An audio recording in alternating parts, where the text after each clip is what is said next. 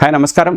మనమంతా ఎంతగానో ఎదురు చూసేటువంటి శ్రావణ మాసం అనేది వచ్చేసింది. అయితే మీకు తెలియకుండానే ఈ మాసంలో చేసేటువంటి కొన్ని పొరపాట్లు మీ అదృష్టాన్ని దూరం చేయవచ్చు.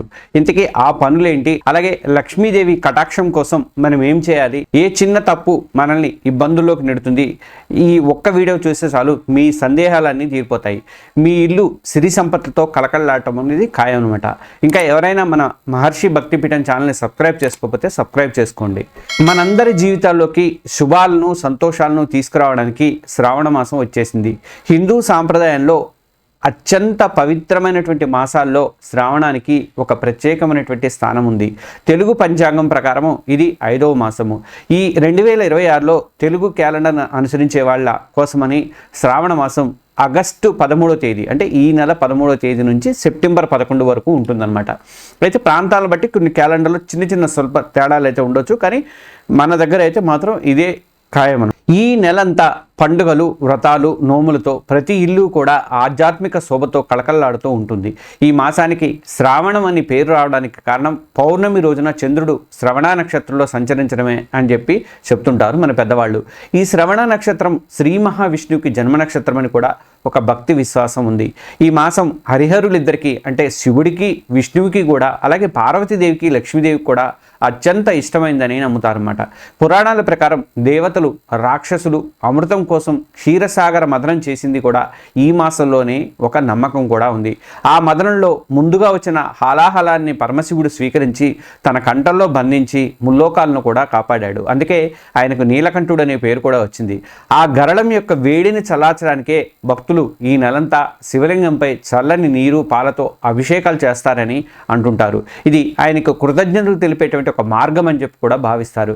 మరి ఇంతటి మహిమాన్వితమైనటువంటి ఈ శ్రావణ మాసంలో మనం ఎలాంటి నియమాలు పాటించాలి, ఏ పనులు మనకు అదృష్టాన్ని తెచ్చిపెడతాయి, ఏ పొరపాట్ల వల్ల కష్టాలు ఎదురవుతాయి అనే విషయాలను వివరంగా తెలుసుకుందాం. శ్రావణ మాసంలో తప్పక చేయాల్సినటువంటి 7 పనులు. ఇప్పుడు మనం శ్రావణ మాసంలో తప్పకుండా ఆచరించాల్సినటువంటి కొన్ని ముఖ్యమైన పనుల గురించి తెలుసుకుందాం. ఈ నియమాలను పాటించడం వల్ల దైవానుగ్రహం కలిగి మన జీవితాలు సుఖశాంతులతో నిండిపోతాయని చెప్పి శాస్త్రాలు చెప్తున్నాయి. 1. బ్రహ్మ ముహూర్తంలో నిద్ర లేవడం, ఇంటి శుభ్రత. శ్రావణ మాసంలో సూర్యోదయానికి ముందే, అంటే బ్రహ్మ ముహూర్తంలో నిద్ర లేవడం చాలా శ్రేష్టము. ఆ తర్వాత స్నానం చేసి ఇంటిని, ముఖ్యంగా పూజా మందిరాన్ని శుభ్రం చేసుకోవాలి. ఇంటి ప్రధాన ద్వారం దగ్గర అందమైనటువంటి ముగ్గు వేసి గడపకు పసుపు కుంకుమలతో అలంకరించాలి. అలా చేయడం వల్ల ఇంట్లోకి లక్ష్మీదేవిని ఆహ్వానించినట్లే అని నమ్మకం ఉంటుంది. అలాగే ఉదయం సాయంత్రం దీపారాధన చేయడం వల్ల ఇంట్లో ఉన్న ప్రతికూల శక్తులు తొలగిపోయి సానుకూల వాతావరణం ఏర్పడుతుందని చెప్పి పండితులు చెప్తున్నారు. ఇక 2వది శ్రావణ సోమవారం వ్రతం, శివారాధన. శ్రావణ మాసంలో సోమవారాలకు కూడా అత్యంతమైనటువంటి ప్రాధాన్యత అయితే ఉంది. సోమవారం పరమశివుడికి అంకితం చేయబడింది. ఈ రోజున భక్తులు ఉపవాసం ఉండి శివుడిని ఆరాధిస్తారు. సూర్యోదయానికి ముందే నిద్రలేచి స్నానం చేసి దగ్గరలో ఉన్నటువంటి శివాలయానికి వెళ్ళడం మంచిది. శివలింగానికి గంగాజలం లేదా ఆవు పాలతో అభిషేకం చేసి మారేడు దళాలు, అంటే బిల్వపత్రాలు సమర్పించడం ద్వారా శివుడి అనుగ్రహంతో గ్రహదోషాలన్నీ కూడా తొలగిపోతాయని, మనశ్శాంతి కలుగుతుందని చెప్పేసి భక్తులు గట్టిగా నమ్ముతుంటారు. అభిషేకం చేస్తున్నప్పుడు మనం ఓం నమః శివాయ అనే పంచాక్షరి మంత్రాన్ని జపించడం వల్ల విశేష ఫలితాలు కలుగుతాయని విశ్వాసం. ఇక 3వది మంగళగౌరి వ్రతం, సౌభాగ్యం కోసం చేసేది. ఇది శ్రావణ మాసంలో వచ్చే మంగళవారాలు మంగళగౌరి పూజకు ప్రసిద్ధి. కొత్తగా పెళ్ళైనటువంటి మహిళలు తమ మాంగళ్య సౌభాగ్యం కోసం ఈ వ్రతాన్ని ఆచరిస్తారు. 5 ఏళ్ల పాటు ఈ వ్రతాన్ని ఆచరించి గౌరీదేవిని పూజించడం వల్ల భర్త ఆయురారోగ్యాలతో వర్ధిల్లుతాడని, కుటుంబంలో సుఖశాంతులు వెల్లివిరుస్తాయని చెప్పేసి నమ్ముతుంటారు. ఈ వ్రతం స్త్రీల 5వ తనాన్ని కాపాడే శక్తివంతమైనటువంటి వ్రతంగా పరిగణిస్తారు. ఇక 4వది శ్రావణ శుక్రవారం, లక్ష్మీదేవి ఆరాధన. శ్రావణ మాసంలోని శుక్రవారాలు మహాలక్ష్మికి అత్యంత ఇష్టమైనవి. ఈ రోజుల్లో లక్ష్మీదేవిని పూజించడం వల్ల సిరి సంపదలు వృద్ధి చెందుతాయని ప్రగాఢంగా నమ్ముతారు. ప్రతి శుక్రవారం కూడా ఉదయాన్నే ఇల్లు శుభ్రం చేసుకొని అమ్మవారి ఫోటోకి లేదంటే విగ్రహానికి పసుపు, కుంకుమ, పువ్వులతో అలంకరించి దీపారాధన అనేది చేయాలి. అమ్మవారికి ఇష్టమైనటువంటి పాయసం లేదంటే ఇతర ఏదైనా మీకు తోచినటువంటి తీపి పదార్థాలు నైవేద్యంగా సమర్పించి లక్ష్మీ అష్టోత్తర శతనామావళి లేదంటే లలిత సహస్రనామం అనేది పఠించాలని చెప్పి చాలా మంచిదని చెప్పి పండితులు చెప్తున్నారు. ఇక 5వది శ్రావణ మాసంలో వచ్చేటువంటి ఒక ముఖ్యమైనది వరలక్ష్మి వ్రతం. అష్టైశ్వర్యాల కోసం చేస్తారు. శ్రావణ మాసంలో పౌర్ణమికి ముందు వచ్చేటువంటి శుక్రవారం నాడు జరుపుకునే వరలక్ష్మి వ్రతానికి విశేషమైనటువంటి ప్రాధాన్యత అనేది ఉంది. 2026 ఈ సంవత్సరంలో చాలా పంచాంగాల ప్రకారం ఈ వ్రతం అనేది ఆగస్టు 21వ తేదీ నాడు వస్తుంది. అయితే కొన్ని సాంప్రదాయాన్ని బట్టి పౌర్ణమి రోజే శుక్రవారం వస్తున్నందున ఆగస్టు 28న కూడా ఆచరించవచ్చని అంటున్నారు. కాబట్టి మీ కుటుంబ ఆచారాన్ని అనుసరించడం అన్నింటికన్నా ముఖ్యమైనదని గుర్తుపెట్టుకోండి.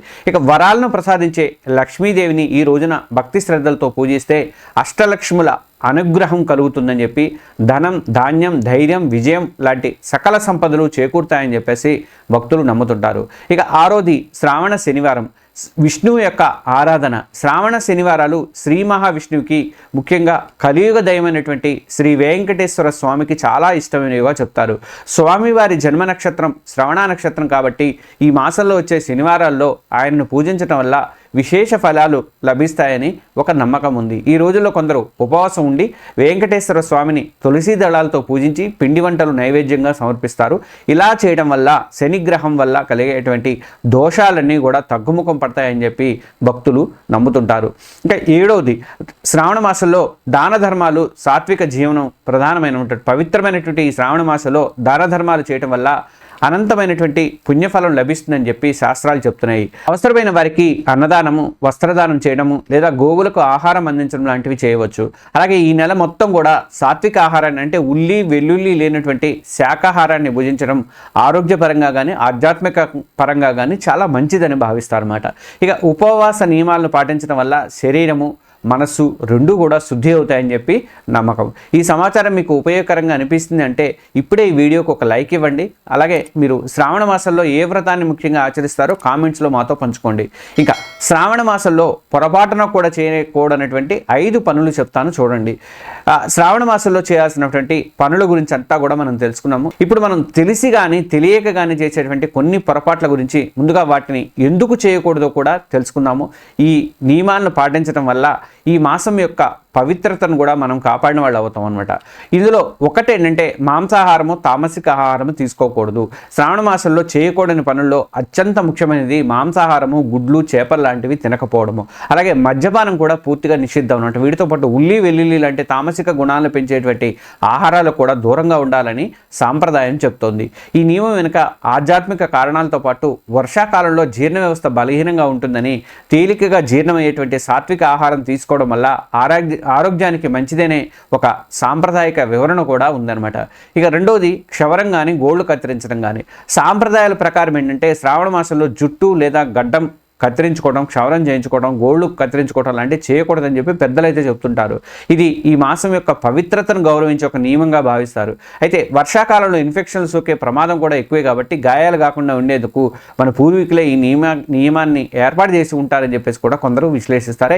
ఇది ప్రధానంగా మీ ఒక సాంప్రదాయ నియమంగానే చూడాలి అంతే, దానికి పెద్ద విశేషం ఏమీ లేదు. ఇక 3వది ఏంటంటే ఇతరులను నిందించడము, చెడు మాటలు. శ్రావణ మాసం కేవలం శారీరక శుభ్రతకే కాదు, వాక్కు, మనస్సు యొక్క శుద్ధికి కూడా ప్రాధాన్యత ఇస్తుంది. ఈ నెలలో ఇతరులు విమర్శించడం కానీ, నిందించడం కానీ, కఠినమైనటువంటి మాటలు మాట్లాడటం కానీ, అబద్ధాలు చెప్పడం లాంటి వాటికి దూరంగా ఉండాలి. మనసును ప్రశాంతంగా ఉంచుకొని వీలైనంత వరకు భగవన్నామస్మరణతో గడపాలి. ఇది మనలోని ప్రతికూల ఆలోచనలు తగ్గించి సానుకూల దృక్పథాన్ని పెంచుతుంది. ఇక 4వది శరీరానికి నూనె రాయడం, అభ్యంగన స్నానం అంట. కొన్ని ప్రాంతీయ సాంప్రదాయాల ప్రకారం ఏంటంటే శ్రావణ మాసంలో శరీరానికి నూనెతో మర్దన చేసుకోకూడదు అనే ఒక నియమం కూడా ఉంది. దాని బదులుగా ఈ మాసంలో నూనెను దానం చేయడం అనేది ఒక శుభప్రదంగా భావిస్తారన్నమాట. అయితే ఇది అన్ని ప్రాంతాల్లోనూ పాటించే నియమం కాదు కాబట్టి మీ కుటుంబ ఆచారాన్ని బట్టి మీరు నిర్ణయం తీసుకోవచ్చు. ఇక 5వది జీవహింస, ప్రకృతికి హాని. శ్రావణ మాసం శివుడికి ప్రీతిపాత్రమైనది అంటారు. ఆయన సకల జీవరాశులను ప్రేమించేవాడని పురాణాలు చెప్తున్నాయి. అందుకే ఈ మాసంలో ఏ జీవికి కూడా హాని తలపెట్టకూడదు. ముఖ్యంగా నాగపంచమి వంటి పండుగలో కూడా ఈ నెలలోనే వస్తాయి కాబట్టి పాములు లేదా పుట్టలను కదిలించడం కానీ, వాటికి హాని చేయడం కానీ మహాపాపంగా పరిగణిస్తారు. అలాగే అనవసరంగా చెట్లను నరకడము లేదంటే మొక్కలకు హాని చేయడం కూడా చేయకూడదు. ప్రకృతిని ఆరాధించడం కూడా భగవంతుని ఆరాధించడంలో సమానం అని చెప్పేసి మీరు గుర్తుపెట్టుకోవాలి. చూశారు కదా శ్రావణ మాసం ఎంత విశిష్టమైనదో. ఈ మాసంలో మనం పాటించాల్సినటువంటి నియమాలు ఏమిటో క్లుప్తంగా చెప్పాలంటే ఉదయాన్నే లేవడం, దైవారాధన, సాత్విక ఆహారం, దాన ధర్మాలు ఇవన్నీ కూడా తప్పకుండా చేయాల్సినటువంటి పనులు. అదే టైంలో మాంసాహారము, చెడు మాటలు, జీవహింస వంటి వాటికి దూరంగా ఉండాలి. ఈ నియమాలన్నీ కూడా మనల్ని ఆధ్యాత్మికంగా ఉన్నత స్థాయికి తీసుకెళ్లడానికే కాకుండా ఆరోగ్యపరమైనటువంటి క్రమశిక్షణతో కూడినటువంటి జీవనాన్ని అలవాటు చేస్తాయి. ఈ శ్రావణ మాసంలో మీరు కూడా ఈ నియమాలను భక్తి శ్రద్ధలతో పాటించి ఆ హరిహరులు అండ్ లక్ష్మీదేవి యొక్క సంపూర్ణ అనుగ్రహాన్ని పొందాలని చెప్పేసి నేను మనస్ఫూర్తిగా కోరుకుంటున్నాను. ఈ శ్రావణ మాసం మీ అందరి జీవితాల్లో సుఖ సంతోషాలు సిరి సంపదలు నింపాలని చెప్పేసి ఆశిస్తున్నాను. ఈ వీడియో మీకు నచ్చినట్లయితే తప్పకుండా లైక్ చేయండి, మీ బంధుమిత్రులతో పంచుకోండి. ఎందుకంటే ఈ పవిత్రమైనటువంటి సమాచారం ఎంతమందికి ఎక్కువ చేరితే అంత మంచిదనమాట. అలాగే ఇలాంటి మరిన్ని ఆధ్యాత్మిక ధార్మిక విషయాల కోసం మన మహర్షి భక్తి పీఠం ఛానల్ని ఇప్పుడే సబ్స్క్రైబ్ చేసుకోండి. పక్కనే సబ్స్క్రైబ్ అని ఉంటుంది, దాని పక్కనే బెల్ ఐకాన్ కూడా ఉంటుంది. మరో మంచి వీడియోతో మళ్ళీ కలుద్దాం. ధన్యవాదాలు. సర్వే జన సుఖినో భవంతు. జై శ్రీరామ్, జై హనుమాన్.